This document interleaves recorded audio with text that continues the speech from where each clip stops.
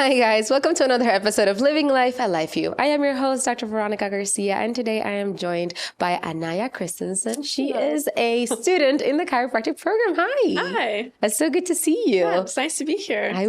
I'm so excited that you said yes to the invitation, because there are some beautiful experiences that you already have that I think the world should know. Yeah. So let's start. You are in the chiropractic program. What quarter are you in? So I'm in 13th quarter, so I graduate in June. Yay. So I'm peaking right now. Congratulations. Where are you peaking? I'm peaking with Dr. Ellis at Georgia Chiropractic Neurology Center. Amazing. Yeah. So exciting. And let's backtrack. What inspired you to become a chiropractor? So there's, of course, the really long story. I'll try to bring it to a good happy medium.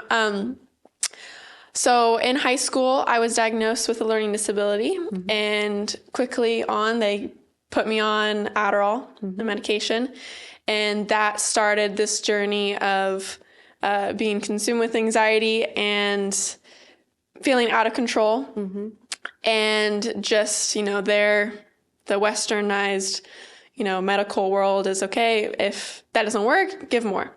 So I was on Adderall for 3 years going into my sophomore year of undergrad, until one day I just looked myself in the mirror and I felt the Lord just ask me, why do you not trust how I made you to be? And of course I started crying, and I realized that I was using something as a crutch when really I just needed to be embracing who God made me to be, which is creative and sometimes scatterbrained and sometimes all over the place, but it's who God made me to be.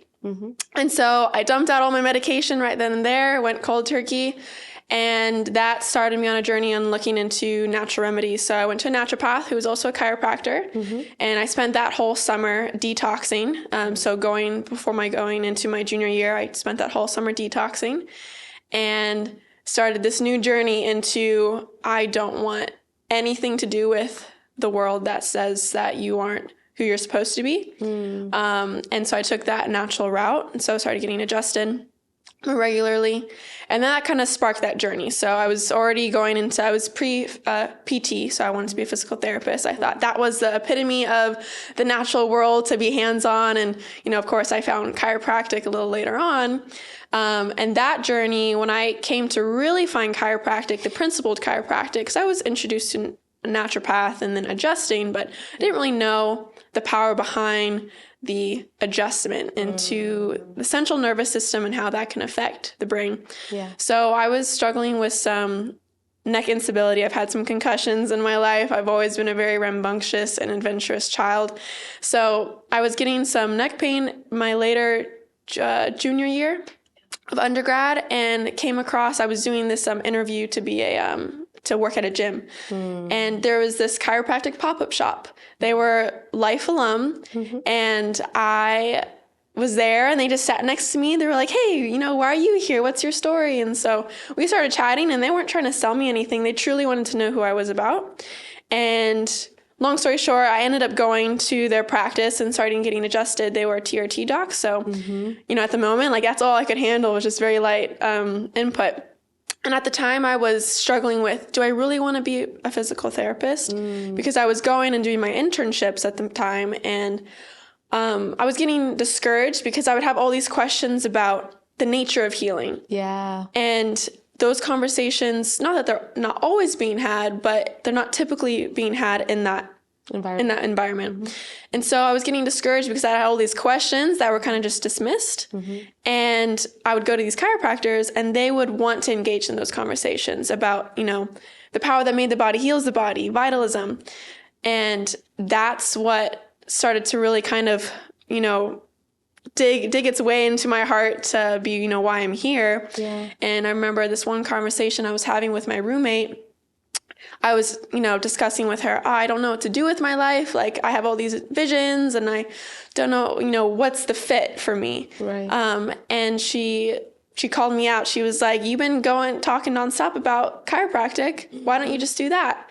And I was like, oh, totally. Yeah. Total sense. Why didn't I think about that? So I went back to my chiropractors and I told them, I'm like, hey, I think I want to be a chiropractor. And they're like, we've been waiting for you to say that. So yeah, so they referred me up to Dr. Danny Gambino, who was 20 minutes from their practice. And so I started interning and shadowing with Dr. Danny Gambino. And he quickly became an amazing mentor, him and his wife, Kim. And I remember I went to their office the first time and he was like, all right, before we start the day, I want to make sure your nervous system is cleared. Yeah. So he laid me on the table. And at that time, I hadn't had an adjustment, which I was like, oh, that's an adjustment. And he adjusted my neck and I felt like the fog that had been over my brain and my eyes for, 10, 15 years of my life was lifted, pulled back. Yeah. And it was in that moment, I knew I wanted to do that for as many people as I can, especially in youth. And that leads on to like the other bit of my story. But yeah, and then I came to Life and right away, I was at the Life Leadership Weekend and I was like, this is where I want to be. Principled chiropractic, vitalism. And yeah, so now the Lord has me here. So what a beautiful story. I love how life takes us through very extreme paths sometimes. Yeah. To be able to yell at us, hey, this is what you're supposed to be doing, right? Yeah. And it's beautiful that you took a chance on yourself and that you listen to the Lord and listen to your body and listen to your subconscious and everything in between to be able to step into who you are today. Yeah. That's amazing. Talk to me a little bit about your experience. You're about to graduate. You're just a few months from graduation, which congratulations again. Thank you. Talk to me a little bit about your experience from Q1 to about halfway right before coming into clinic. There's a lot of just dense material there. Talk to me about your experience and any suggestions or guidance you can give students that are right now in that midst. So very early on, Q1, I was fortunate enough to get really plugged in very quickly. So first off the bat, I had no experience with any of the other techniques. All I knew was I wanted to get hands-on and learn how to put an input into the spine that was honoring, and that was the learning experience versus just the enjoyable experience, right? So I came across, you go to club day, you get all the input of like, come here, go here. And my first two that stood out to me and that I've held true and strong from the beginning have been applied kinesiology and functional neurology. And of course, it's not for everybody, but for me, I fell in love with those two techniques or approaches right away because they gave me I don't want to say a box, but they gave me an outline to be able to apply all the information I was learning. Right. I think a lot of times we go through this program and say, well, I don't need this because that's not me just adjusting, right? Like I just want to adjust. But we truly want to be, the analysis, and I want to be a doctor, right? It's like, that's why I came here, to help as many people as I can. And so my passion is, obviously I can only hold so much information, but there's certain approaches that allow you to understand information better in a chiropractic focused way. And for me, I felt that was applied kinesiology and functional neurology. So it made all of my classes applicable. I was in biochem and I was like, I have to understand biochem because there's these amazing practitioners who are understanding the biochemical pathways and how the adjustment actually affects that. So quickly on, I dove into those two techniques, and they're both they're very information based. You got to know a lot of knowledge, but I just loved it. And so I would definitely say get involved early on. If it's not AK or functional neurology, have something that's promoting you to be inclusive to the information you're learning in school. Because as soon as you start to leave things out or think things aren't important, you're going to get discouraged in kind of everything. And I mean, that happened to me at one point. You get so burnt out in this program that you just want to abandon everything. But the times that you can really push past that wall and, go to your technique clubs on campus and have your group that you can go and you can, talk to people about what makes you passionate. And talk to people about how you got here. I remember in my quarter, I can be kind of a loner sometimes, and I try to push past that, and sometimes I fail, and sometimes I get better and I grow. But I was sitting in it was a business chiropractic club. And they were having lunch and stuff. So a bunch of people come because of course there's free food. And the doctor, one of the questions was, go around the room and tell us your chiropractic vision. Like why are you doing what you want to do?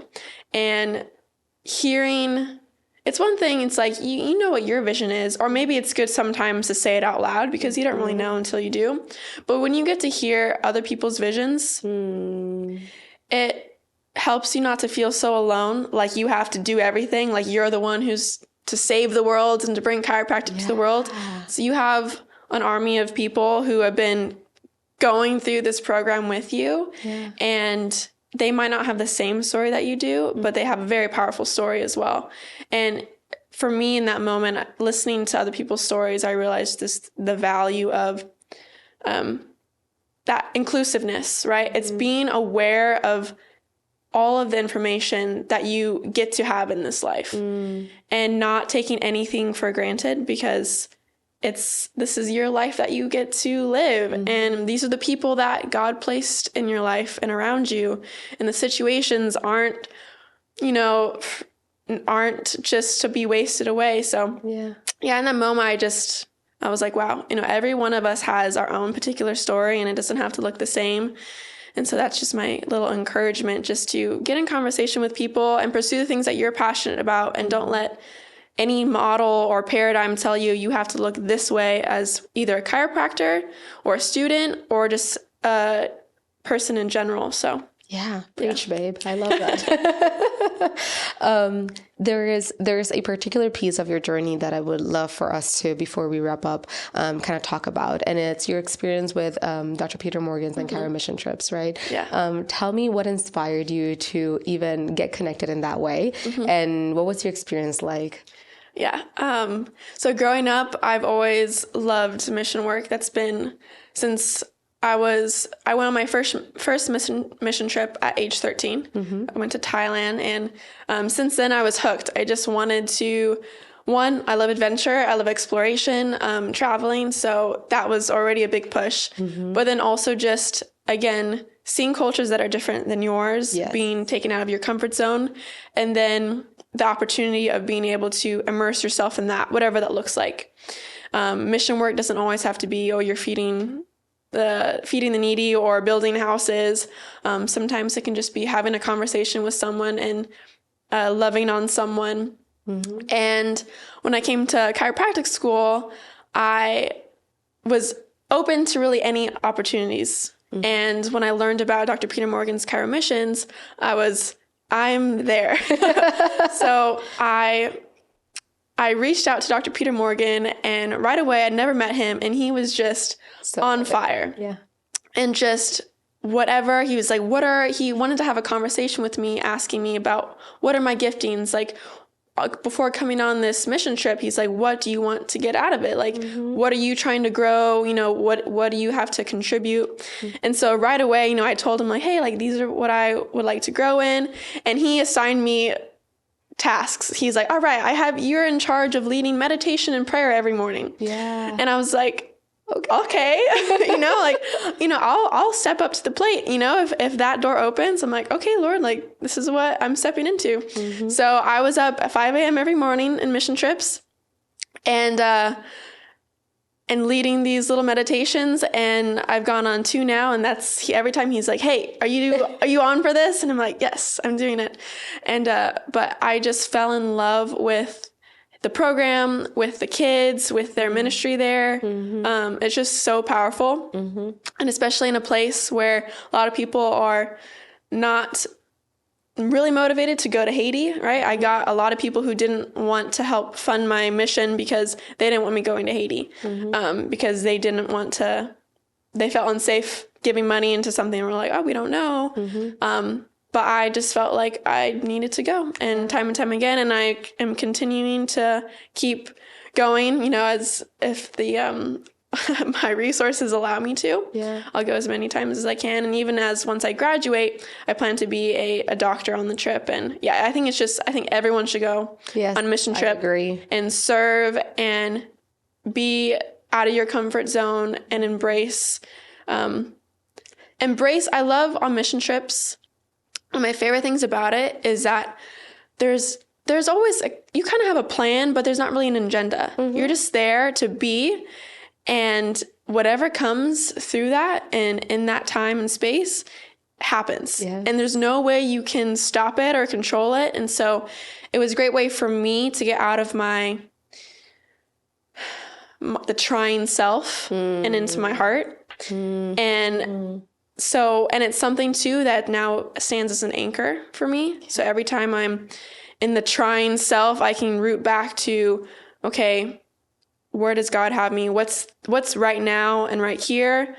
Because truly, we can't hold on to anything in life. We don't have control over anything. That's the one constant is that we don't have control. And so, yeah, I just think mission work is amazing. And Dr. Peter Morgan is such a light and just such a strong character in the chiropractic world and community, and just a voice. Absolutely. Yeah. I couldn't agree with you more. Yeah. It definitely, I had the opportunity of going to Dr. Peter Morgan's mission trips, and it truly definitely changed who I am, who I was, and transformed into, like you said, just becoming an anchor, because those experiences live with you forever. Yeah. Just as a quick side note, which I just thought about, which is really weird. When I went to Haiti, there's this picture that I have that I saw roosters everywhere. So I got a rooster tattooed on my leg to be able to be like, oh, here I am. I am back into the service area. Wow. So, which is just a weird thing to think about. I love that though. That's great. But thank you so much for spending a little bit of your time. Yeah. I'm so excited to call you colleague. I'm so excited for everything that you are and who you're becoming and who you will continue to impact in the world. I cannot wait. It's exciting. Congratulations on your upcoming graduation. Be amazing. We hope to stay in contact with you, and we hope that we can welcome you back as a doctor at the university in different manners and ways and beautiful ways. Well, have a beautiful rest of your day. Have an awesome quarter, and we'll see you guys on the next episode of Living Life at LifeView. Bye-bye.